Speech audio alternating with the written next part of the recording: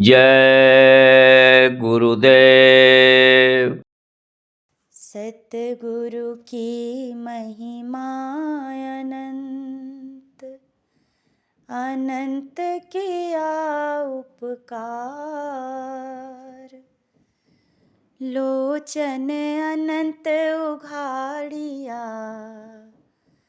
अनंत दिखावन हार। लोचन अनंत उघाड़िया, अनंत दिखावन हार।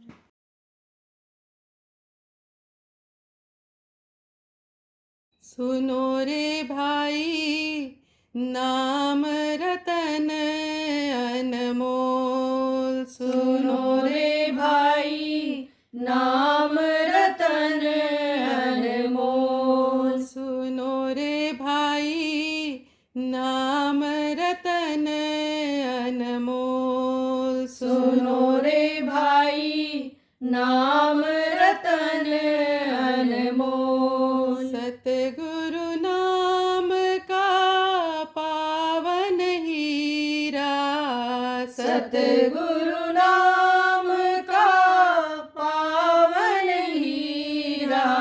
कहता मन का मगन मजीरा, कहता मन का मगन मजीरा। कौन लगाए मोल।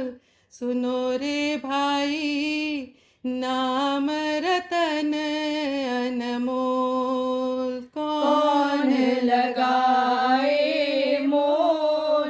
सुनो रे भाई नाम रतन अनमोल। पापों में क्यों खोया भाई, पापों में क्यों खोया भाई। इधर है कुआं उधर है खाई, इधर है कुआं उधर है खाई। अपनी आँखें खोल। सुनो रे भाई नाम रतन अनमोल। अपनी आँखें खोल। सुनो रे भाई नाम रतन अनमोल। नाम रतन है सबसे प्यारा, नाम रतन है सबसे प्यारा। जय गुरुदेव नाम है न्यारा। जय गुरुदेव नाम है न्यारा। ये अमृत का है घोल। सुनो रे भाई नाम रतन अनमोल। ये अमृत का है घोल।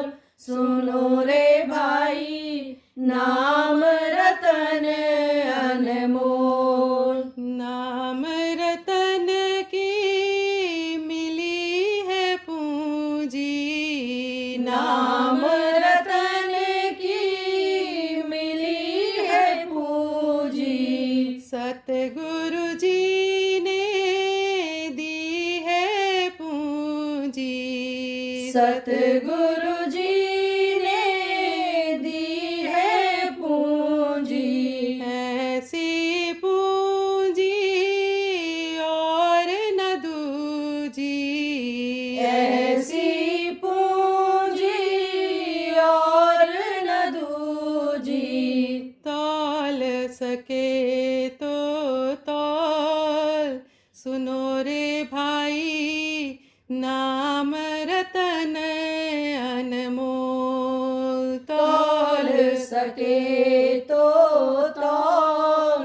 सुनो रे भाई नाम रतन अनमोल।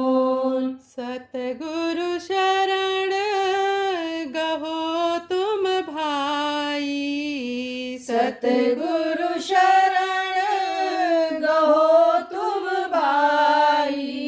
जीवन तेरा सफल होई जाई। जीवन तेरा सफल होई जाई।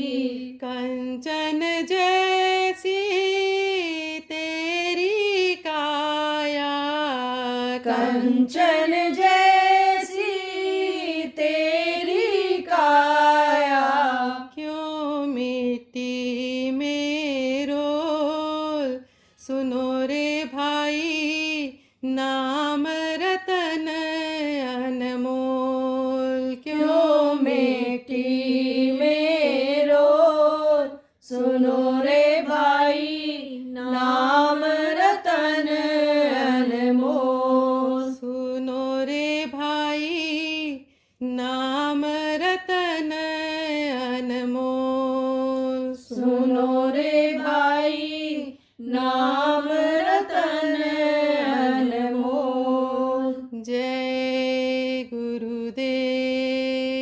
जय गुरुदेव।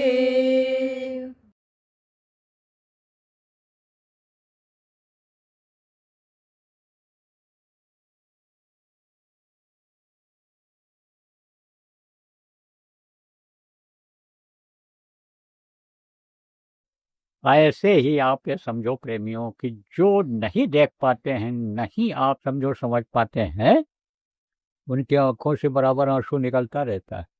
लोग समझ ही नहीं पाते हैं क्यों रो रहा है। अभी साधना शिविर लगवाई गई थी तो कलकत्ता की एक बच्ची साधना करी और समझो आपके अंदर में उसको दया हो गई। अब समझो उसके पति उसने चिट्ठी लिखा कि हमारे पति मांसाहारी हैं, नहीं मानते हैं, रोकते हैं हमको और करने नहीं देते, हम बहुत परेशान हैं। और समझो उसका असर आ जाता है मेरे ऊपर, उनको खिलाती बनाती हूँ, उनके साथ रहती हूँ, उसका असर आ जाता है तो ये बंद हो जाता है। तो कह रहे थे कि मेरे आंख से आंसू एक दिन निकल रहा था, मैं तो रोती ही चली जा रही थी। तब उन्होंने कहा क्यों रो रही है, क्या है, प्रेम तो रहते ही, पत्नी का प्रेम अटूट होता है, अगाध प्रेम होता है। तब उन्होंने पूछा, बोली नहीं, क्या बोले? अरे भाई गूंगे को गुड़ खिलाओ तो उसको क्या पता चलेगा कि मीठा है कि खट्टा है कि क्या है। तो वो तो अंधे बहरे के है, उसको बहरे से अगर बात करो तो क्या सुनेगा। बहुत बढ़िया आप बाजा बजाओ, बहुत बढ़िया उपदेश करो, बहरा है तो वो क्या समझेगा। अंधा है उसको बढ़िया सुंदर चीज़ दिखाओ, ये बढ़िया चीज़ है खा लो, ये बहुत सुंदर है चीज़ खा लो, उसको क्या पता है। ऐसे ही उसका पति था, उसको क्या बतावे, लेकिन रोटी ही चली जाए। तो उसने कहा हमारे घर वालों को फ़ोन किया, पति परमेश्वर ने हमारे, कि ये रो रही है, इसको कोई तकलीफ है, बता नहीं पा रही, आप आओ पूछो क्या तकलीफ है। ऐसे आंसू निकलता, मुख से कुछ बोलत नहीं और नैन देता है रोए। आप ये समझो कि जागत प्रगट हो, जिसके घर प्रगट हो जाता है अंतर में, और अंतर में ही प्रकट होता है। अगर वो प्रभु दिखाई पड़ता है तो मनुष्य शरीर के अंदर ही, और जिंदा रहने पर ही, मरने के बाद भगवान न किसी को मिला, न प्रभु मिला, न मिलेंगे, ये बिल्कुल पक्की बात है, डंके की चोट की बात है। और दिखाई अगर न पड़ता तो मीरा ही कैसे कहती, घट घट मेरा साइया सोनी सेज न कोई, बलिहारी हुआ घट का जा घट प्रगट हो। उदाहरण देकर इसलिए समझाता हूँ कि आप विद्वान लोग बैठे हो तो कहीं आप ये न कहो बाबा अपने मन से आए सब बता के चले गए। ये लिखा पढ़ी में कहीं नहीं मिलता है, पुराण में नहीं मिलता, कुरान में नहीं मिलता है। तो मैं उदाहरण देकर इसीलिए समझाता हूँ, सबको इसीलिए समझाता हूँ, बताता हूँ।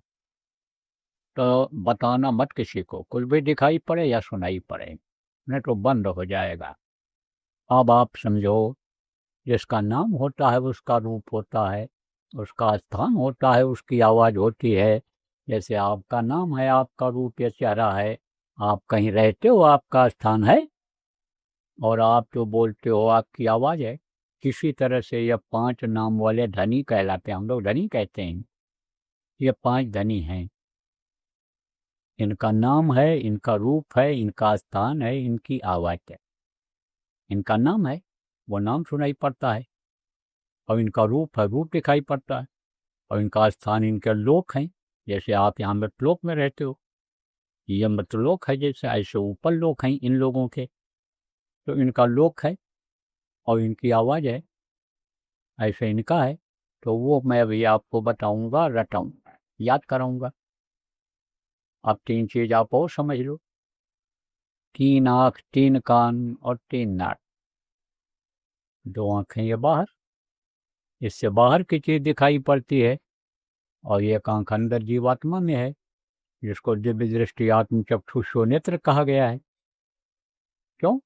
क्योंकि वहीं पर जहाँ पर ये आँख है, उसी जगह से शिव को देखा जा सकता है। यहीं बैठे हुए, मनुष्य शरीर में रहते हुए ही शिव का लोक, यानी तीनों देवों में नीचे है।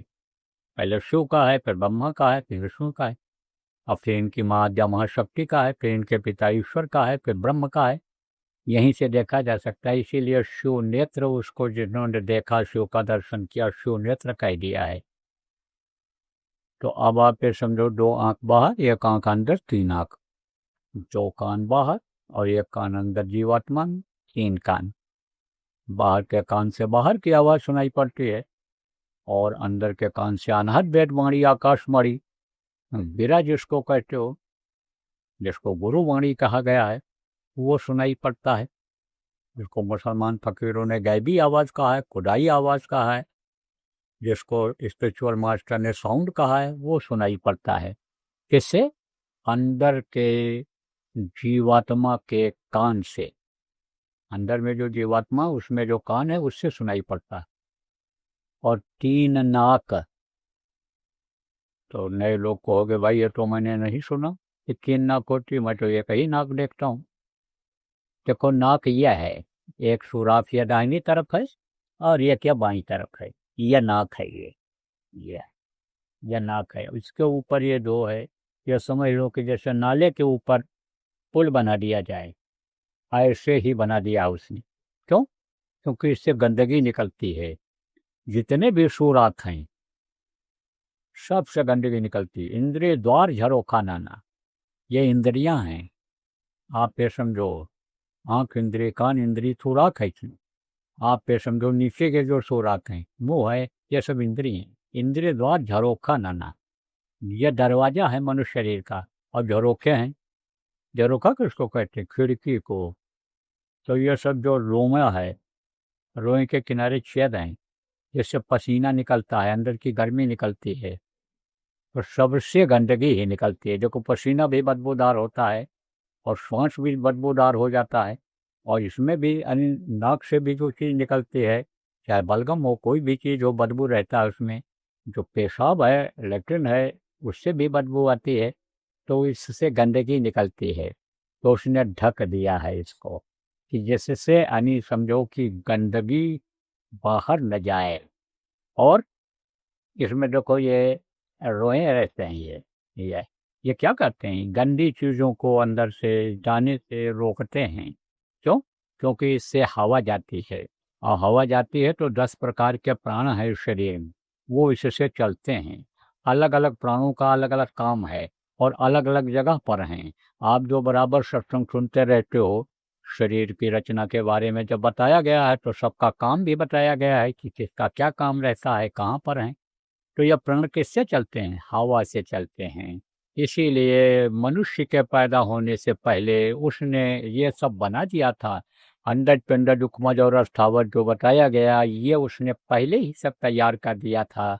और फिर उसके बाद में समझो कि मनुष्य की उत्पत्ति, उसका विकास इस तरह से हुआ। तो हवा से ये नाक हवा लेता है और अंदर कहता है प्राणों को, तब ये शरीर चलता रहता है। तो एक बार में एक नाक से अच्छी हवा जाती है, और दूसरे नाक से गर्म हवा, गंदी हवा उसी वक्त पर निकलती है। ये दोनों हमेशा काम करते रहते हैं। आप सो जाओ, आप देख नहीं पाओगे, सुन नहीं पाओगे, हाथ पैर आपका नहीं हिलेगा, ये तो आराम कर लेता है शरीर। लेकिन नाक कभी आराम नहीं करता, ये उस समय ही अपना काम करता रहता है। सोते समय भी अगर हवा अंदर न जाए तो भी राम नाम सत्य हो जाए। तो अब आप ये समझो प्रेमियों कि एक बार में एक नाक से गर्म हवा, दूसरे से अच्छी हवा का आदान प्रदान होता है। और कभी कभी जब ये बदलते हैं, अपने आप बदल जाते हैं, तब दोनों ये काम करते हैं। तो दो सुराख, एक दाहिनी तरफ है, एक है बाईं तरफ। यह है नाक। ये जो नाक है बाहर का, ये खुशबू और बदबू दोनों लेता है, क्योंकि यहाँ बदबू है और ये समझो हल्की फुल्की खुशबू है। लेकिन अंदर में जो नाक है जीवात्मा में, वो खाली खुशबू लेता है, उसको ऊपर की खुशबू मिलती है। और ऊपरी लोकों में सुगंधी ही सुगंधी है, सुगंधी की लहर चलती है, तो उस नाक से वो खुशबू मिलती है, सुगंधी मिलती है। गंध जिसको कहते हो, अच्छा गंध जिसको कहते हो, आप ये समझो कि वो मिलता है, उससे लिया जाता है नाक से। तो 3 आँख 3 कान 3 नाक, और सुमिरन ध्यान भजन 3 कीजिए, और 5 नाम 5 रूप 5 स्थान 5 की आवाज, ये मैंने आपको बताया। अब दूंगा नामदान। इसके लिए ना आपको घर छोड़ना रहेगा, न जमीन जायदाद छोड़नी रहेगी, ना बाल बच्चों को छोड़ना रहेगा, ना आपको अपना कारोबार छोड़ना रहेगा। आप ऐसा कोई कारोबार मत करना कि जिसमें जीव हत्या होती हो, नहीं तो वो जो पाप आपसे होगा, उस पाप की कमाई से आपकी तरक्की नहीं हो सकती है, किसी भी समस्या का समाधान उससे नहीं होगा। आप ये देखो कि कुछ न कुछ लगा रहता, प्राकृतिक आपदाएं आती रहती हैं, लोगों की परेशानी दूर नहीं हो रही है। कहाँ नहीं हो रही? कि जहाँ जीव हत्या का पैसा आता है, खर्चा होता है जनता के ऊपर, गौ हत्या का, जीव हत्या का जो पैसा आता है, आप पे समझो वो फलीभूत नहीं होता है। तो ऐसा कोई बिजनेस व्यापार मत करना कि जिसमें जीव हत्या होती हो। बाकी मेहनत और ईमानदारी की कमाई करोगे आप। कोई भी छोटा बिजनेस हो, बड़ा बिजनेस हो, छोटी दुकान हो, बड़ी दुकान हो, कल कारखाना हो, कुछ भी हो, मेहनत और ईमानदारी से आप करोगे तो उसमें आपको बरकत मिल जाएगी। मेरे कहने से लोगों ने अंडा की दुकान बंद कर दी, मेरे कहने से लोगों ने, मेरी बातों को सुनने से, मान लेने से, यानी मांसाहारी होटल बंद कर दिया, शाकाहारी चालू किया। कह रहे बहुत अच्छा चल रहा है, बहुत तरक्की किया तब से। और ये जो अंडा फंडा ये चीज़ें जो बेचते थे, उन लोगों ने भी कहा बहुत सुखी हूँ, बहुत शांति है घर में, बीमारियाँ कम हो गई, लड़ाई झगड़ा टेंशन कम हो गया, और बचत भी होने लगी। तो अनुभव है बहुत से लोगों, इसी में मिल जाएंगे, खोजोगे तो आप मिल जाएंगे ऐसे लोग। तो आप जो भी काम करोगे, मेहनत ईमानदारी से करोगे, तो वही आपके लिए प्रेमियों फलीभूत हो जाएगा। आप न घर छोड़ो, न समाज छोड़ो, ना आप अपनी जाति बदलो, ना आप कोई धर्म बदलो। जो जहाँ पर हो, किस जाति धर्म को मानते हो, उसी को मानो। गुरु पहले से आप बना रखे हो, उन्हीं को गुरु मानो। हम ये नहीं कहते हैं कि उनका आदर न करो, सम्मान न करो उनका, वो जो बताए हैं आप माला जपते हो, नाम लेते हो, न लो। लेकिन ये जरूर कहूँगा कि आप अभी तक जो करते रहे, आपको जो भी सुकून मिला, शांति मिली, बरकत मिली, धन पुत्र परिवार में जो आपको देखने को मिल रहा है, अब इसको करके देखना। अगर बरकत मिलती है, धन पुत्र परिवार में बढ़ोतरी होती है, बीमारियां घर से निकलती हैं, लड़ाई झगड़ा कुछ कुछ जो होता है यह खत्म होता है, यह निकलता है, यह कम होता है, तब फिर इसी को करना, इसी को करना। बहुत से लोग इसी को करने लगे, हम खुद करने लगे इसको। पहले हम भी फंसे हुए थे इसी में। कोई ऐसा देवी देवता का स्थान नहीं जहाँ मत्था न टेकता रहा हो, न प्रणाम करता रहा हो। पेड़ को कह दिया कि पेड़ पूजो, पेड़ को मत्था टेको, इनको प्रणाम करो, तो खूब भटका, मैं भी खूब भटका। लेकिन जब गुरु महाराज मिल गए, तब तो हमने कहा भाई अभी तक तो मैं गुड़िया गुड्डा के खेल में फंसा रहा, अब ये देखो असली पति परमेश्वर मिले हैं, गुरु मिले हैं, तो इसी को करने लग गया। जो आपको बताऊंगा करने के लिए, जो नाम आपको बताऊंगा, जब नामदान मिला तब इसी नाम को जपने लगे। तो करके देखो। एक बार तो विश्वास करना ही पड़ता है। स्कूल में भर्ती कराते हो बच्चे को, इस उम्मीद में भर्ती कराते हो कि स्कूल अच्छा है, मास्टर अच्छे हैं, पढ़ लिख ले जाएगा, कलेक्टर कमिश्नर बन जाएगा मेरा बेटा, तभी तो कराते हो, विश्वास करते हो। डॉक्टर से दवा लेते हो, विश्वास के साथ लेते हो कि हमारी तकलीफ को दूर कर देंगे, तो एक बार तो विश्वास करना ही पड़ेगा आपको। तो अब आप इसको करना जो बताएंगे, लेकिन आपको जैसा बताया कि कुछ लाने के लिए नहीं कहा होगा किसी ने कि लोटा ले चलो, धोती ले चलो, अनाज ले चलो, बिस्तर ले चलो, आप फल फूल ले चलो, आप जौ तिल घी मेवा ले चलो, आप बेलपत्र ले चलो, गन्ना ले चलो, चढ़ाओ बाबा को, तब मंत्र मिलेगा, दीक्षा मिलेगी, नामदान मिलेगा। ये किसी ने नहीं कहा होगा। और अगर कोई कहा हो तो वो आपको भ्रम में भूल में डाला हो। हमारी कोई मांग नहीं है। हम आपसे क्या मांगेंगे? हम तो जो मांगना है उससे मांगते हैं कि धरणी जानो देखिए तानो सब भिखार, और दाता केवल सदगुरु देख न माने हाथ। गुरु से मांगूंगा जो सबको देते हैं, प्रभु से मांगूंगा जो सबका सृजनहार है, पैदा होने के पहले माँ के स्तन में दूध भरता है, उससे मांगूंगा। आपसे क्या मांगूंगा? क्या दोगे आप? ये रुपया पैसा ये दे दोगे आप भर मकान दे दोगे, जमीन जायदाद मान लो दे दो, किस काम का? हमारे कोई काम का है? अरे भाई, हमारे तो बहुत परिवार बड़ा हो गया हमारे बच्चे कोई नहीं, हमने कोई शादी ब्याह भी नहीं किया, तो हमारे न औरत न बच्चे न कुछ नहीं, अपने लिए कुछ किया ही नहीं। लेकिन गुरु महाराज जैसे कहते थे कि आध्यात्मिक दृष्टिकोण से तुम मेरे बच्चे हो, ऐसे तो आपको अपना बच्चा मानता हूँ, आपका परिवार अपना समझता हूँ। भाव आपके भले गलत हों परिवार वालों के प्रति, लेकिन मेरे अच्छे हैं। जो हमको दुश्मन भी मानते हैं उनको भी मैं अपना ही मानता हूँ। उनको ये समझता हूँ कि ये भूले हैं, ये भटके हैं। और जो हमसे प्रेम करते हैं उन प्रेमियों से भी कहता हूँ कि भूले भटके को रास्ता बता दो, और वो आपके साथ हों तो अपने साथ ले लो उनको, उनका सम्मान करो, इज्जत करो, उनको अपने साथ रखो। कहीं भी जाओ, सत्संग में जाओ, ले जाओ, उनको पहले खिलाओ, उनके सोने के इंतजाम पहले करो, अपने लिए बारी। मैं तो सबके लिए यही कहता हूँ।